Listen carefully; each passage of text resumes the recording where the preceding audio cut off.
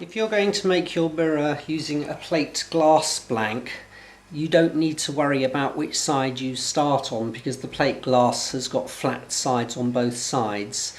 But if you're using a Pyrex glass blank, they're made out of moulds, and so the mould has the glass poured into it.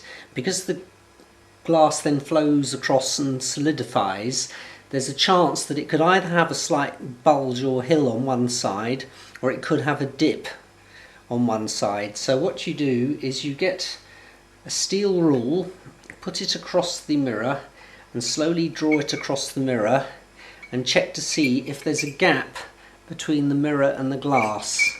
Now on this side there's actually a slight hill allowing the ruler to rock, so this surface of the glass blank is obviously dome shaped.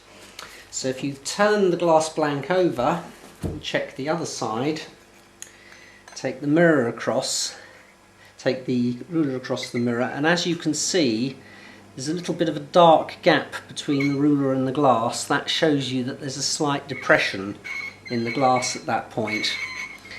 So having ascertained that this glass has got a slight inward curve already, you start grinding on that surface purely and simply because it'll save you possibly anything up to an hour of glass removal. You're using the fact that there's already a slight dip there to start your mirror off. Before you start grinding your mirror, it's also essential to check to make sure that there aren't any air bubbles near the surface, so that as you grind down through the glass there's a danger of hitting the air bubbles. Especially at the later stages of grinding, when you're using the fine powders, you don't want to suddenly find yourself opening up an air bubble, as the edges of it could chip off with chunks larger than the fine grade of powder that you're using to gently smooth the mirror off. So this one is actually quite close to the edge. It's also a good couple of millimeters into the surface. I'm grinding the other side in this case anyway.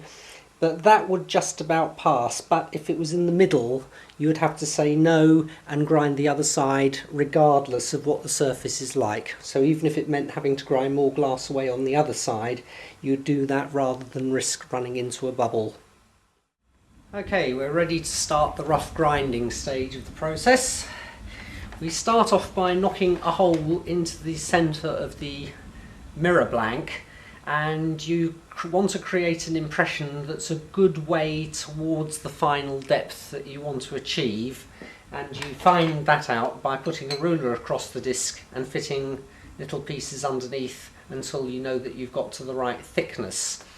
In this case we're talking about 2.5 millimeters approximately, and so we can start off testing our grinding progress using a little 1p piece like that, and as we grind down you'll see that the coin can fit underneath the ruler. Now in this particular case we know that there's a little bit of a depression in this mirror anyway. With any luck the mirror blank that you receive will have a similar dip like that on at least one side, and as you can see the pennies already fits under quite comfortably. So we shall then transfer and put a 2p piece and see what happens then.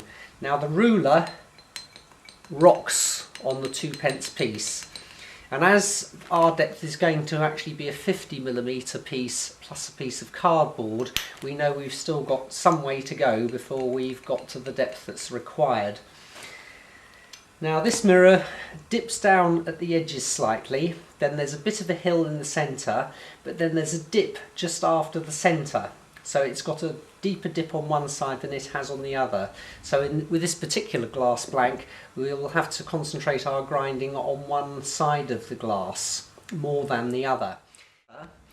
To create a deep zone in the very middle we want to use a grinding tool with a small surface area. Now I've got a wooden log splitting wedge here, which is perfect because it's 2 inches by 1 inch, which is the perfect size. That small surface area will grind the centre away readily. An alternative to this would be you could buy yourself a club hammer, so you start off with a dip in the middle, and the dip of course then has a ridge going towards the edge, and as you grind you start off with a dip in the middle and then you effectively work your way around the ridge, gradually wearing the ridge down and developing a spherical curve into the surface of the glass. Now that's just an example of something that is knocking about, and similarly I would ask you to be resourceful and to look around for lumps of steel like that. One practical suggestion is a 1/2 kilogram barbell weight. That's about the perfect size for doing the spreading type grinding work. For the rough grinding is the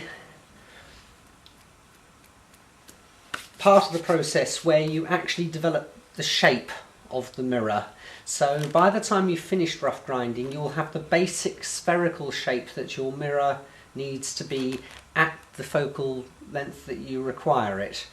So the rough grinding stage, although it's a lot of hard work because you're having to do the most glass removal, it's also a stage you don't need to be too frightened about. The only thing that's very important is that you don't concentrate on any one area for any length of time. Make sure that you keep your movements all around the mirror, because you don't want to deferentially knock a hole into any one particular part of it. You want to average out your strokes in order to develop a nice smooth curve. So we start off with 80 grade carborundum grit, which is very rough. Each particle is about 1/3 of a millimetre in diameter. You only use about the tip of a teaspoon, a small amount of powder, because as you grind you don't want to be grinding the powder against itself, otherwise you're wasting powder. You want to have enough on the surface of the glass that the tool will grind the individual grains into the glass, fracturing the surface, gradually removing the glass. You want to put a good firm pressure onto the tool as you grind, and use a circular motion, and the aim is to make as much noise as you can as you grind, because that noise is the carborundum grit breaking the surface of the glass. So don't be frightened, keep nice circular motions, stick to the inside 3 inches of the centre of the glass to start with. Typically it takes about 5 minutes to grind through this amount of powder, and you'll know that when you've used it all up, because it'll go from a deep rumbling sound to a higher pitched noise. And as you can hear, there's no longer a deep rumbling sound, it's a fairly high pitch sound. And the other thing is that you can see that there aren't any rough granules anymore, and you're left with a grey sludge, which is a mixture of broken up carborundum powder and broken glass. You rinse off your powder. If you have sensitive skin, it may be as well for you to get some of those latex disposable gloves. That'll protect your hands from the grit. So you keep on repeating that process and work on the centre for about 20 minutes to half an hour. In fact, after 20 minutes, do your coin test. Now, I've done about half an hour on this. And as you can see, the 2p piece in the middle, the ruler is clearing it. It's just about touching there. So I've got a hole, but it's slightly off centre. And so I want to concentrate on roughening this part of the glass next, because I want this to be in the middle. As you grind your mirror away and as you test it with the ruler and the coin, you'll begin to develop a sense of which parts of the glass are sticking up and which parts are keep staying down. At this stage it's a good idea to keep the mirror in the same place. Don't rotate it, make sure it stays in the same position so that as you work on it you know which bits of the mirror are higher and which bits are lower, and correspond on concentrating on the high bits as I mentioned before. Okay, we shall now test it again. And there we have it. The 2p will rotate nicely in there. It also comes out here a bit. Now I know that this is a low point in the mirror, and so before I go any further with the grinding I'm just going to mark out where it is, and I can see that it's sort of in a kidney bean shape around there. So I shall mark that with the marker pen, and I shall know that I should avoid grinding that part until later on. So I shall concentrate my average grinding, but I shall avoid this area. As you can see in the centre here where we've been working, it's become frosted, and as you do that averaging work and take it out, any depressions will remain shiny, whereas the areas which the high points that you're grinding down will become frosted. So you begin to see a contour map of frosting and clear areas as you're working, which helps to give you an indication of where you need to concentrate your grinding.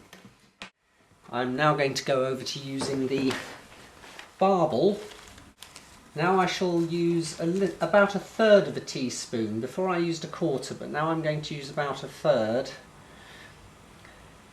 And I'm going to spread that around the area that I want to grind away. The bit in the middle I don't want to grind, that's already been ground out. I want to concentrate on removing the rim that's around it and spread it outwards gradually. It's probably worth using 2 hands at this point. Put more pressure onto the side where you're trying to remove it and less pressure on the side where you don't want to grind. Turn the barbel at every few strokes, rotate it as you grind so that the wear on the edge of the rim of the barbel is equal. Because obviously if you're putting more pressure on one side as you're grinding, there's a danger that you'll reduce that face, but that face will still have the rim. You want to... Okay, we've got to the point now where everything is almost evened up. We've got a nice gentle curve in the centre. I'm using 1p piece now to pull out the outside edges of the ruler to see how well the curve is developing, and it's fairly even on both sides. And as I've been grinding, the depression which I was trying to avoid, the edges have just started to catch the other side of it, but it's still polished in the centre there. But essentially I've got a fairly even curve here, so I shall now just carry on using the weight, gradually working my way outwards in a spiral, rotating as I go. And I shall just slowly work my way outwards until I get towards the edge. Because of the depression, I'm still placing an emphasis on removing glass from here. So concentrate most of them over here. Say for every 3 times you go around there, you carry once round there, and carry on like that. Remember to keep more pressure on the forward edge towards the edge of the mirror as you're doing this final grinding. Because you've already got the hole in the middle and you're trying to get that edge to come this way, you obviously need to place your emphasis on pressure on this edge. Well, as you can see, the grinding's going very nicely. We've still got that low point which hasn't ground away yet, but I'm not too concerned about that, because as we keep going towards the edge, that should gradually disappear, as it has already started to do so. Check to make sure that you've got a concentric ring from the edge to where it's grinding away all the way round.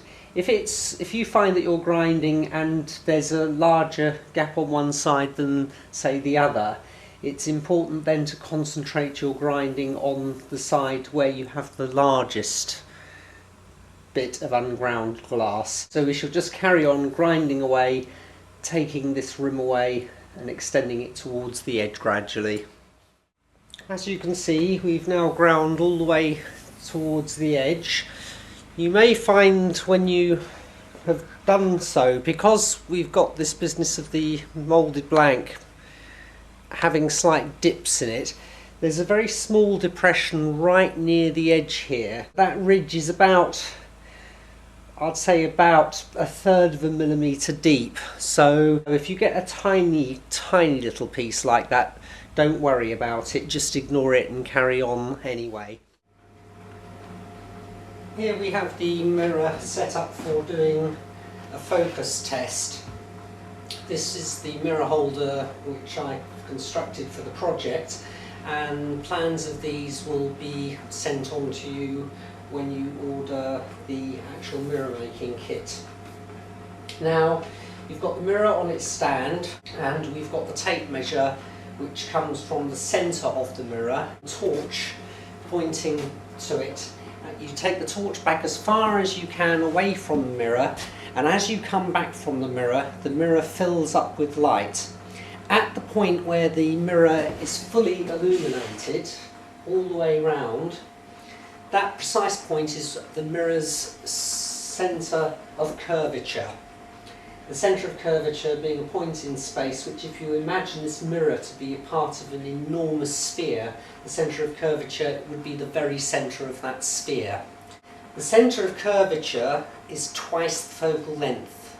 So once you've measured how far the centre of curvature is away, you have to divide that figure by 2, and that gives you the focal length. You make it thoroughly wet, because the surface at the moment is so rough it won't reflect the torchlight properly. If you find that the light does not fill out all the way to the edge, it means that you need to grind away a little bit more here first. If you find that you've got a light patch in one place, and then by going much further back there's another ring of light around it, it means that the centre part of the mirror is deeper than the outside part. If you get a discrepancy between one part and another, it shows that you still need to do some more rough grinding. Once you fill the entire mirror with light, you know that all the points on the mirror are more or less at the correct focus. Here's a thoroughly wetted mirror. Quickly put it onto its stand, turn your torch light on, centre the light in the mirror and bring it back until the mirror is fully illuminated on all the wet patches, and as you can see it does go right down to the bottom edge there, so it does go from the edge to the centre. And when the light is even across the entire disc, a nice even light, that is your centre of curvature, and the focal length is half that. The wet mirror and light test should be used in conjunction with using a spacer in the centre of the mirror, which checks to make sure that you've gone down to the correct depth. Now there's an equation which is little r squared, which is the radius of the mirror squared, divided by 2 large r, which is the centre of curvature, which of course is 4 times the focal length. So if you then calculate that, you find that you end up with a figure of 2.43 millimetres. Now I have the luxury of having a micrometer, and I've used the micrometer with a 20p piece and a bit of packing to get the right space. I will provide small little spacers in the packs for the people who are making mirrors. So you put your little spacer absolutely dead centre of the mirror, and at this point that is fairly critical. And then what you do is you take a straight edge and then you test to see if the bar is touching the outside edge, touching the spacer and touching the other edge. It should touch all 3. Now here I've got the tiniest amount of rocking, and because of that and the fact that the wet light test showed that the mirror was more or less at the correct focus, I am now going to move from using the 80 grit carborundum, the rough stuff, to 120 to start to make the mirror smooth. If on testing your mirror you find that the centre is still not deep enough, but you've ground all the way out to the edge and you need to reduce the centre by a small amount, go back to using the small grinding tool and knock a little bit more out of the centre, but remember, don't do more than about 10 minutes. Use 2 lots of powder, let's say, and then having finished with the 80 grit, you want to finish off with the 120 and use your barbell or third of the diameter type tool to finish off doing the 120. Start off with the centre of the barbell just over the centre of the mirror, like so. Remember to keep the tool turning the whole time you'll use it and use the circular motion. Go over the centre, do that for about 20 minutes. Then move out by about a third so that you're just outside the centre and give that about half an hour. And then finish off with about another half an hour, working very slightly over the edge. We then go over to using the full-size grinding tool.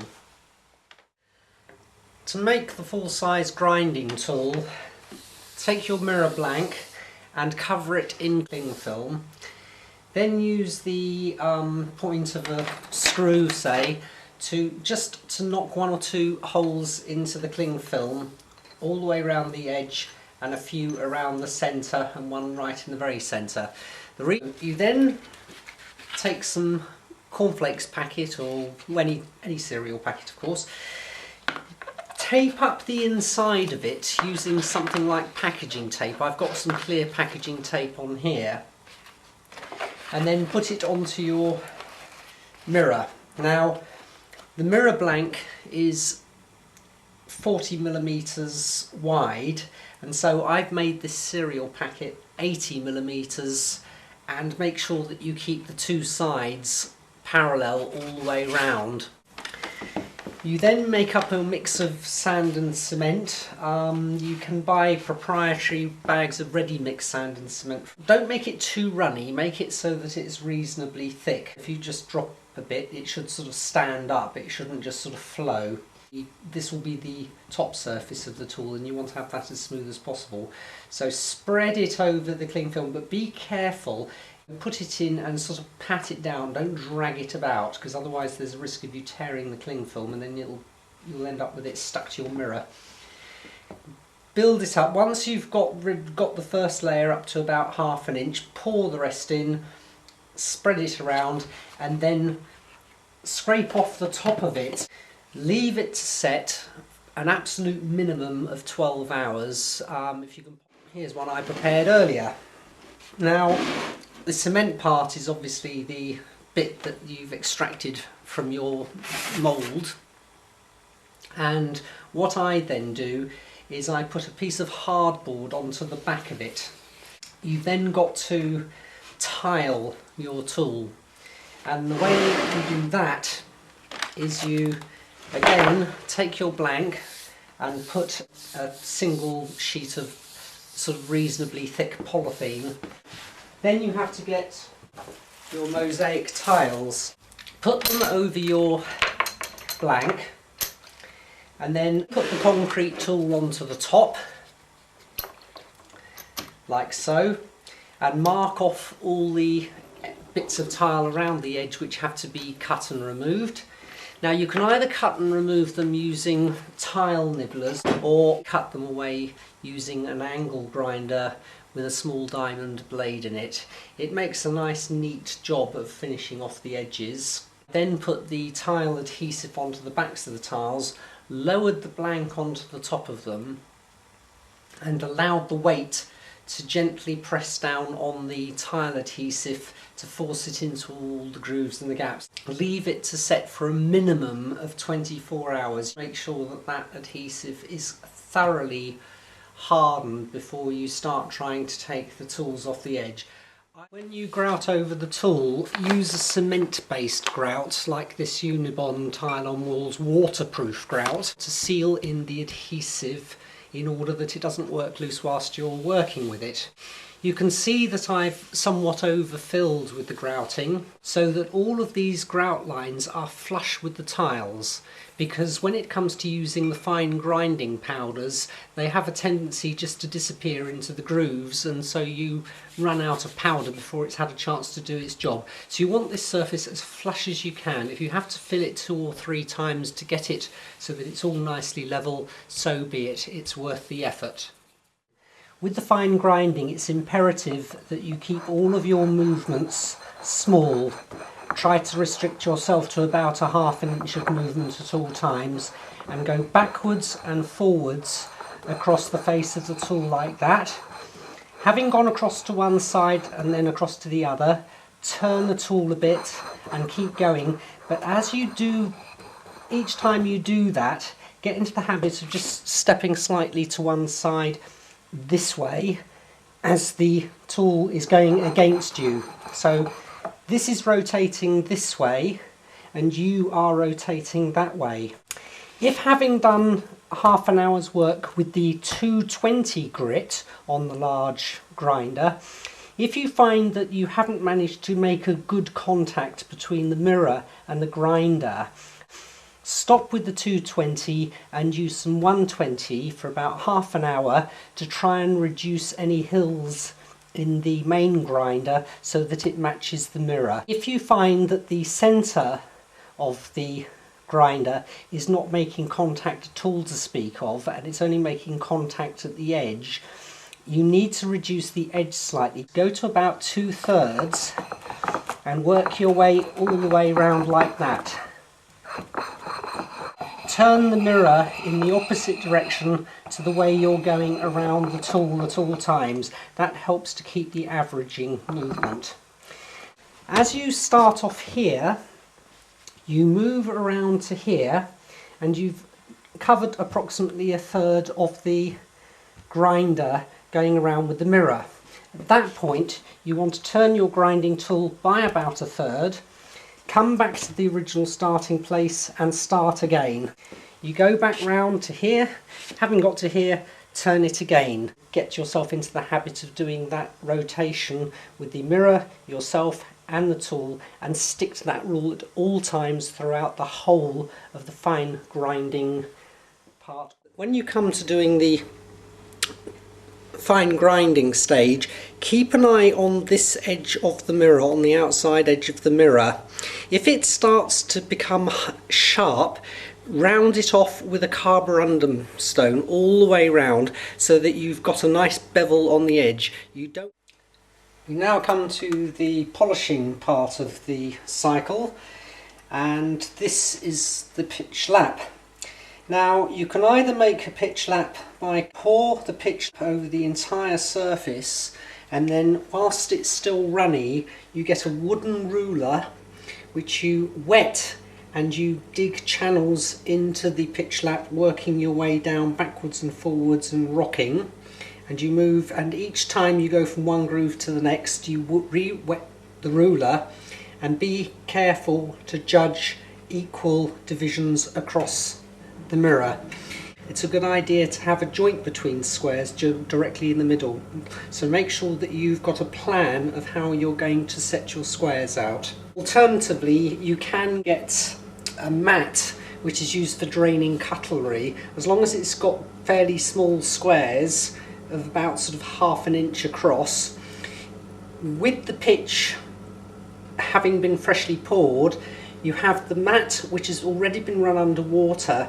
You very quickly press it down onto the pitch and push it in as much as you can all over its entire area and lift it off very quickly. You have to do this part of preparing the pitch lap very quickly indeed, because of the fact that the pitch goes solid very quickly. You can re-warm the pitch using a blow lamp. We need to start with some of the cerium oxide or optical rouge. You take your mirror and wet it, Make sure that there's absolutely no grit anywhere around the area where you're doing the polishing. You stir your optical rouge. It's basically a very small amount of powder in the bottom of something like this jar, and then water. Start off with 1 spoon at the very beginning, and then you smear that over the mirror, over the whole surface. You then carefully pick your mirror up, turn it over quite quickly and press it down onto the pitch lap. As you work, you can see the water on the pitch squares touching the mirror,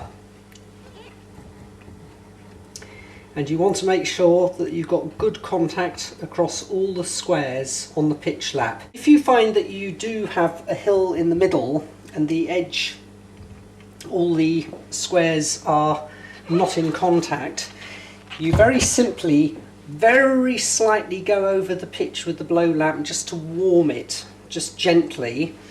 Then take your mirror back before it's had a chance to cool down and do the same as you did with the fine grinding. You push down hard, you rotate one direction whilst you move in the opposite direction. Keep your strokes short. The more pressure that you push down with onto the pitch lap, the more it warms. The more it warms, the more cerium oxide will get into the surface of it, and the cerium oxide is essentially superheating the glass that's in contact with it, and on the atomic scale it's melting the glass, and so that molten glass is gradually filling in all the little pits. When you've finished polishing your mirror and essentially it's gone from having a frosted appearance to being completely see-through across the entire mirror, you then go on to do what's called figuring. Figuring is where you take your ordinary curve, like so, and you essentially put a hill into it to make it into a parabolic shape. That means that you have to knock a hole into the centre and then gradually spread it out to the edge. You start by doing overhanging strokes on the edge of the pitch by about 1/3 of a mirror diameter. Go around the entire mirror and gradually, slowly but surely, take it in a little bit so that you're gradually spiralling from 1/3 of the way towards the edge. Do this slowly and progressively. Don't move in very much. Eventually you're over the edge.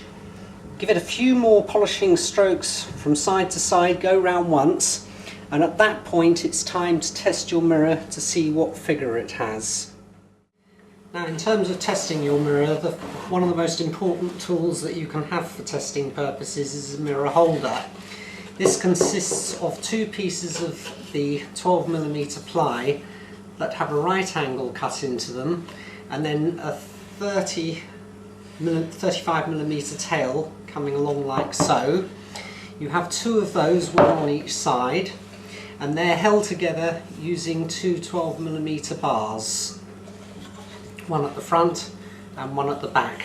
You can use any thickness supply you want for the backing board, and you notch it where it fits over these bars. You make up the 2 sides and the 2 runners first, which you glue, and you can pin them together using panel pins on the bottom. Slide this into position with some glue on the jointing surfaces, and again drive 2 pins in on each side. This face here you paint matte black. In order to have it in line with the mirror in line with the tester, you want to have a bit of adjustment so it can go from being level to raising up, and you do that by incorporating a thumb screw. The thumb screw is very simply a 10mm bolt. We move from the mirror holder onto the tester. Again, this is fairly simple. What's required is you put 2 lengths of 2x1 timber, a foot long, onto a piece of 12mm ply. and you screw it through 3 screws into each side. You then put another strip of 2x1 timber onto the top of the ply, and you use 3 screws to screw it in underneath there. Then you take 2 small blocks of the 2x1 timber. You have a piece at the top here to bring the light up to, you want to measure it so that the light comes up to about 4 inches. We will be making plans of these. Here we have a little grid, and that has 2mm increments. And you move this little gauge here in and out. You can test exactly what the depth of the various parts of your mirror is with extreme accuracy. So you have a little aluminium bar with a pointer on it, and it's filed off sharp, so you've got a point there. This block, it's just a simple, it's 2 bits of the 2x1 timber glued together and made into a block. The aluminium bar has to come up to where the light source is, and there's a light source which sits in here, a little torch. The bar has to be slightly above and slightly below that for ease of use, because the way the tester works is the light from the front goes down to the mirror, hits the mirror, comes back, and you look past the edge of this knife edge here. So you have the mirror tester like that, and then at the centre of curvature, at the other end of whatever workbench you're working on, you have your mirror, and you essentially take the tester with its light source away from the mirror bit by bit by bit, and you'll see the light expanding in the mirror until it gets to the very edge. At that point you can do your test to see what the surface of the mirror looks like. You can see the shape of the mirror, you can see every small little imperfection in the glass, and you basically need to look past this part here, and when you've got the mirror and the tester in a position where the light from here is filling the whole of the mirror, you then look past this knife edge, and if the knife edge is inside focus, you'll see the shadow of the knife edge coming inside. If you're outside of focus, in other words the knife away from the mirror, you'll see the shadow coming in from the right hand side. The shadow is coming in from the right, which means the light is just outside focus. If you move the knife edge in,